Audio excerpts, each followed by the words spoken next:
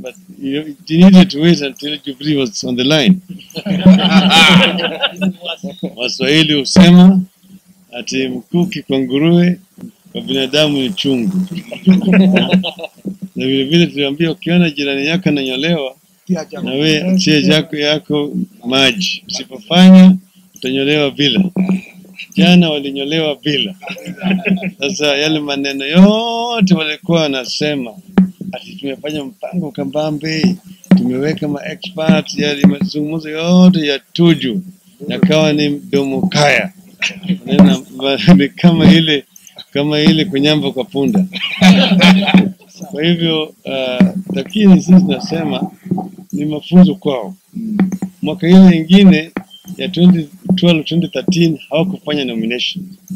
Wanawake walisajili chama, wakaweka kamati kufanya interview kwa watu, wakapeana certificate direct. Hii ni mara yao ya kwanza kuonja hii mambo ambayo inaitwa nominations in the political parties, and you have seen that they are very inexperienced about it.